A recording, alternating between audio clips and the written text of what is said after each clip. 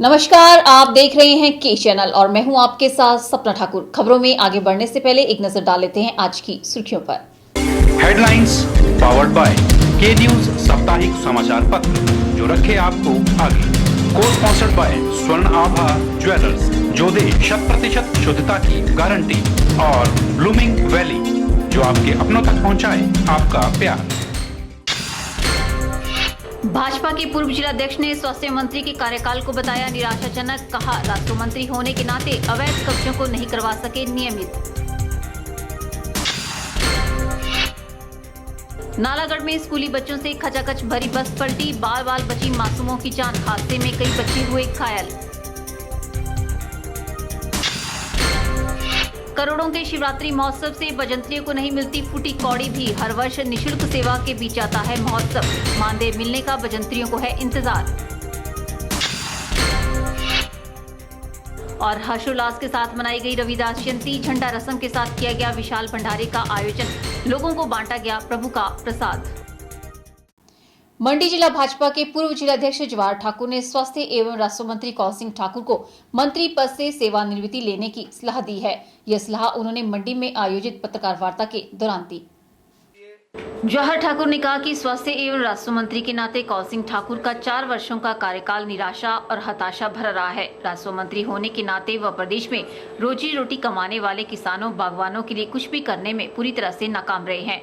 उन्होंने कहा कि पहले भी सरकारों ने अवैध कब्जों को नियमित किया था, लेकिन मौजूदा सरकार किसानों बागवानों को यह राहत देने में नाकाम रही है।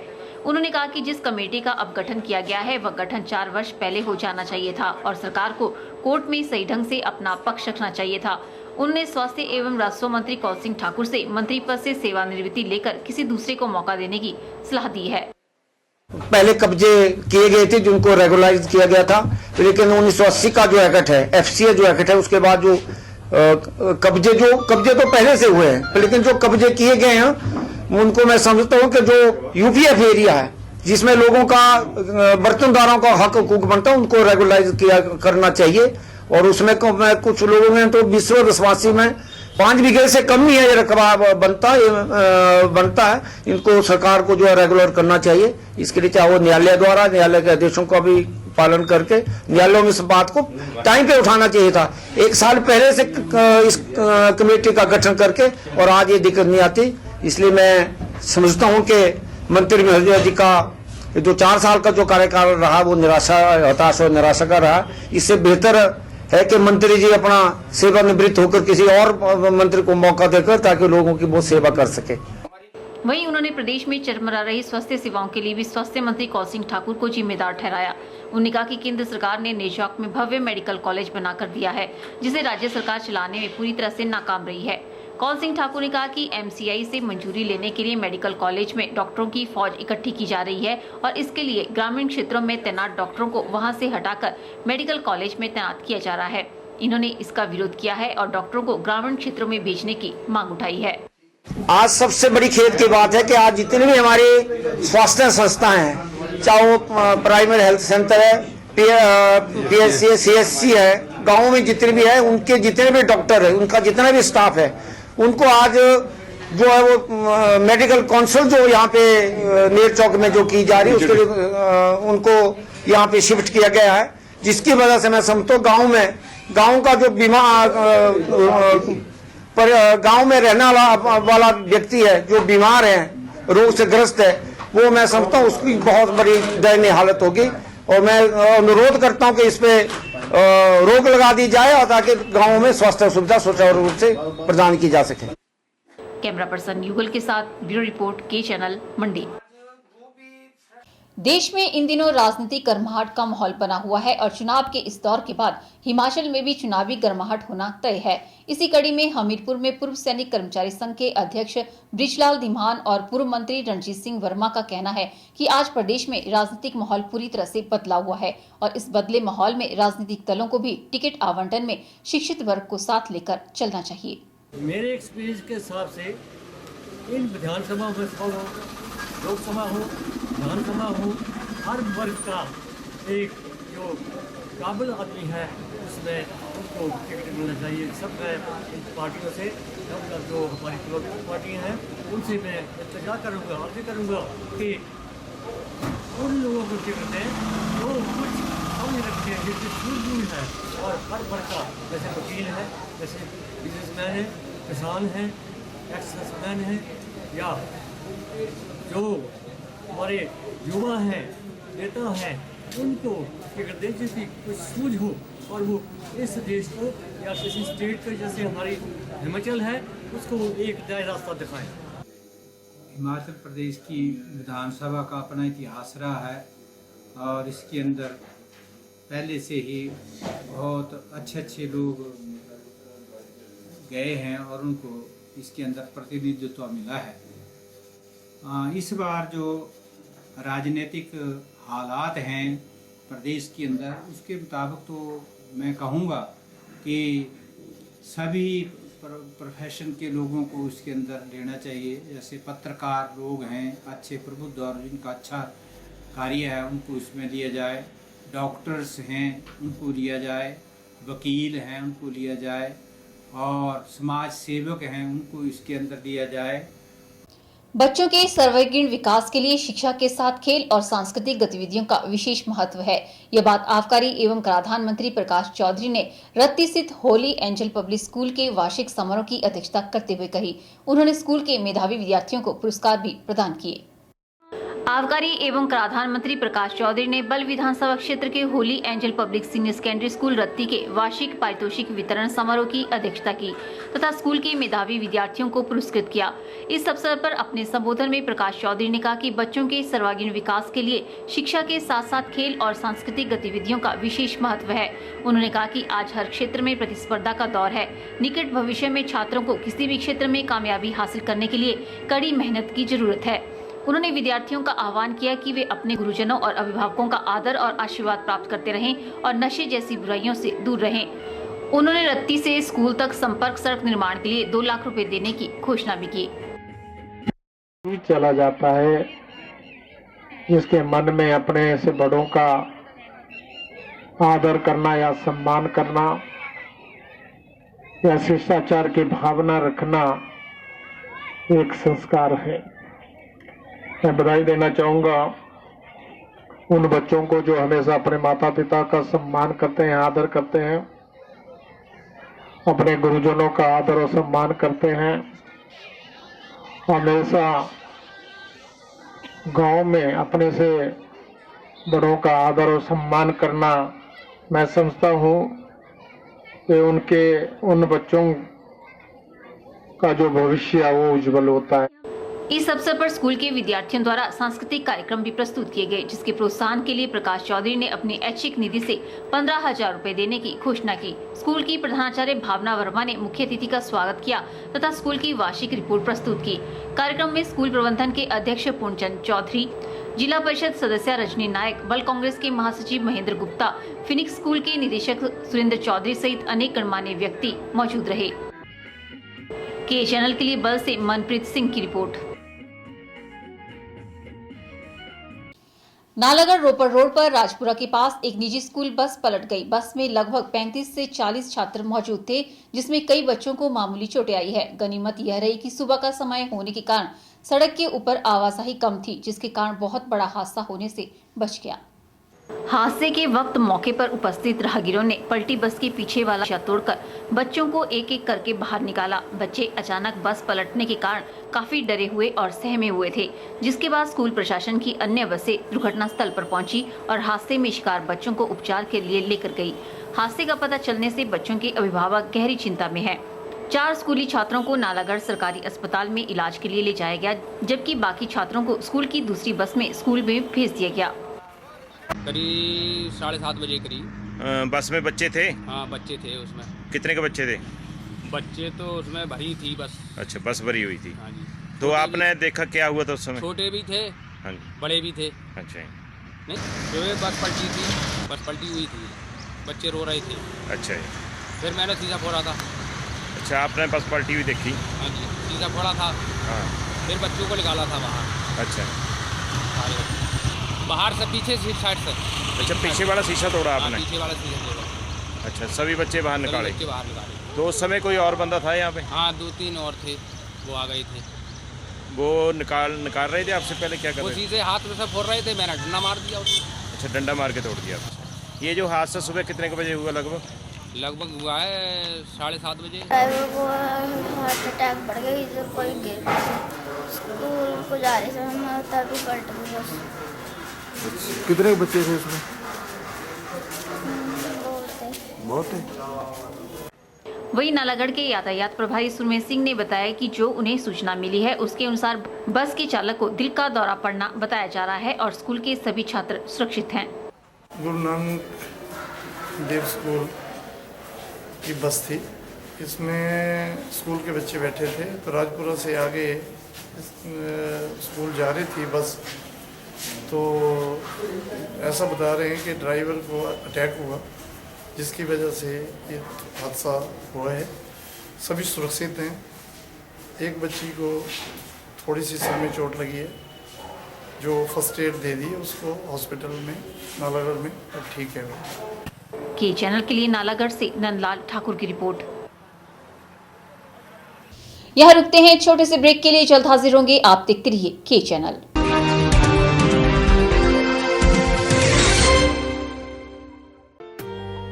Sachdeva college Mandi Paddal coaching centre में army GD clerk, army technical, army nursing assistant, army tradesman, army DSP की कोचिंग स्टार्ट हो गई है। इसके साथ ही shortcut coaching methodology for GK, Hindi, maths, English and general science, topic wise test और मॉक टेस्ट की तैयारी भी करवाई जाती है। तो सुनहरी भविष्य के लिए आज ही संपर्क करें सचदेवा कॉलेज मंडी, हिमाचल प्रदेश।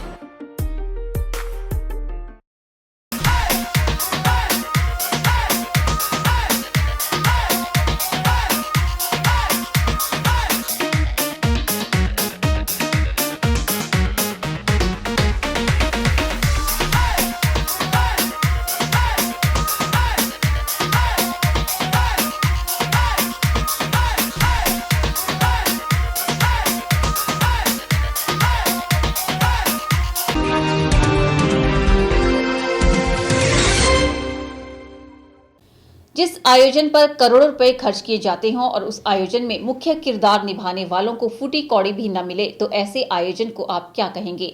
कुछ ऐसा ही होता है अंतर्राष्ट्रीय शिवरात्रि महोत्सव में आने वाले देव बजंत्रियों के साथ। क्या है इनकी कहानी, जानिए इस रिपोर्ट में। हिमाचल प्रदेश को देवभूमि कहा जाता है क्योंकि यहाँ की संस्कृति और रहन सहन पूरी तरह से देवी देवताओं के साथ जुड़ा हुआ है। हिमाचल प्रदेश में देवी देवताओं के रथ जब चलते हैं तो ऐसा प्रतीत होता है मानो स्वर्ग धरती पर उतर आया है। एक सच्चाई यह भी है कि देवी देवताओं के ये रथ बिना वाद्य यंत्रों के नहीं चलते और इन वाद्य यंत्रों को बजाते हैं देवी देवताओं के बजंत्री।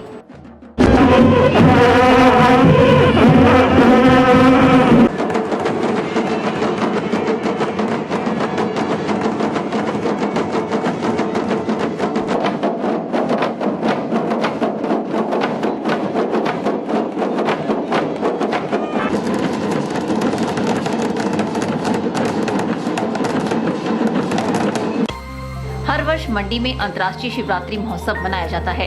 इस वर्ष यह महोत्सव 25 फरवरी से 3 मार्च तक मनाया जाएगा। पूरे महोत्सव में 215 पंजीकृत देवी देवताओं को बुलाया जाता है और ये देवी देवता तब तक नहीं आते जब तक इनके साथ वाद्य यंत्रों को बजाते हुए बजंत्री न चले।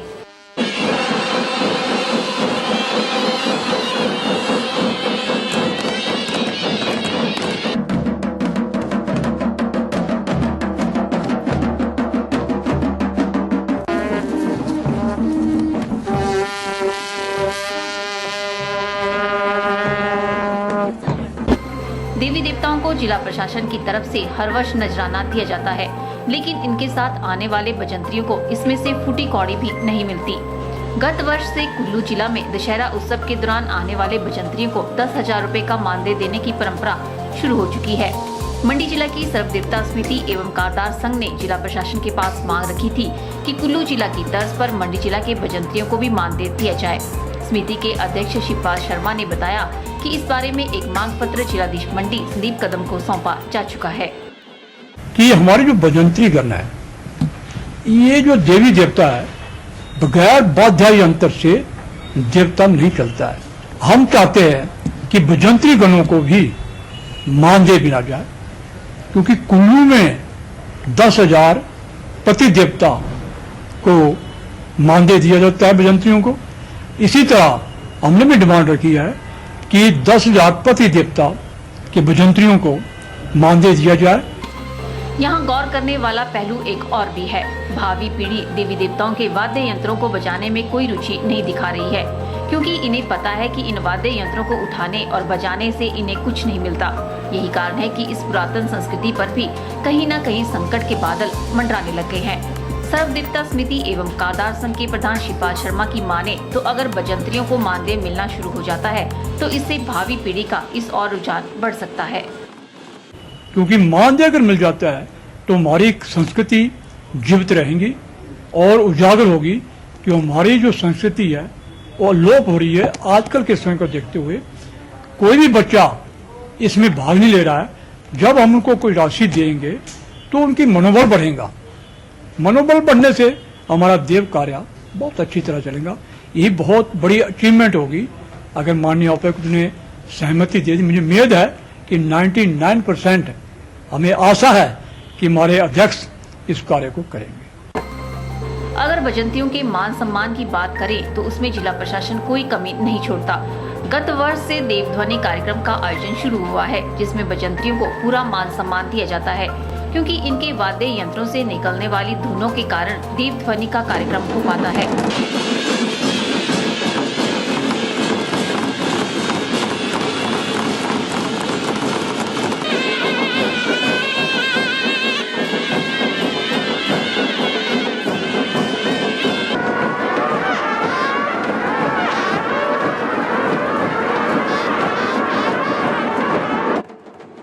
अब बजंतरियों को उम्मीद जगी है कि इस बार इन्हें मान सम्मान से हटकर मानदेय मिलने का क्रम भी शुरू हो जाएगा। ब्यूरो रिपोर्ट, के चैनल। फिलहाल वक्त तो चला है एक और ब्रेक का, मिलते हैं ब्रेक के बाद।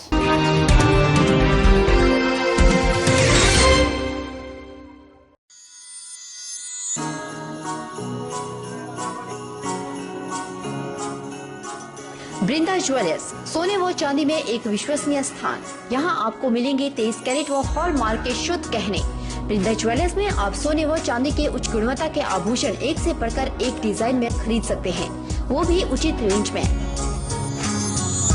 हमारे यहाँ ग्राहकों का विशेष ख्याल रखा जाता है। वृंदा ज्वेलर्स शोरूम में आपको मिलेंगे फैंसी सेट, कानों के झुमके, बालियां, अंगूठियां, नग, चूड़ियां इत्यादि, वो भी अलग ही अंदाज में। हमारे यहाँ लैब से टेस्टेड ग्रहों से जुड़ी राशि के नग भी उपलब्ध है। वृंदा ज्वेलर्स में आपको विवाह, शादी व त्योहारों पर भी विशेष छूट दी जाती है। तो देर मत कीजिए, आज ही पहुँचे वृंदा ज्वेलर्स, सोने व चांदी में एक विश्वसनीय स्थान। संपर्क 2/11 लाल भवन बिल्डिंग, सिरी बाजार मंडी, हिमाचल प्रदेश।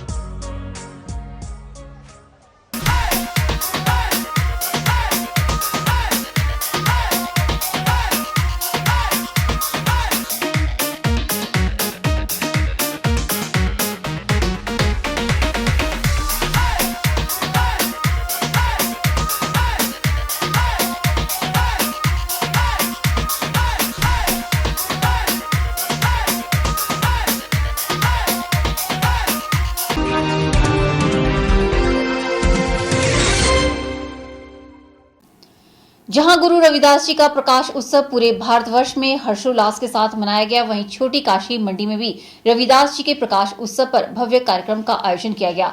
रविदास जी के प्रकाश उत्सव पर गुरुद्वारे में पूजा अर्चना की गई और इसके बाद झंडा रस्म को अदा किया गया।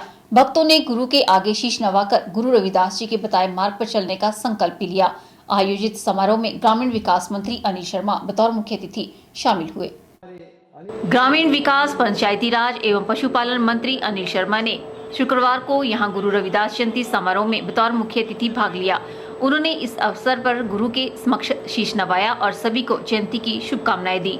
उन्होंने कहा कि महापुरुषों के जीवन से हमें कई महत्वपूर्ण बातें सीखने को मिलती है और उनके आदर्शों पर चलने का प्रयास प्रत्येक व्यक्ति को करना चाहिए। उन्होंने कहा कि गुरु रविदास ने अपने जीवन काल में समाज में समरूपता लाने के लिए हमें राह दिखाई। उन्होंने कहा कि सभी वर्गों को साथ लेकर चलने पर ही एक सभ्य व विकसित समाज का निर्माण किया जा सकता है। उन्होंने सभी से आग्रह किया कि वे सामाजिक क्रांति के अग्रदूत रहे श्री रविदास जी के आदर्शों को अपनाएं।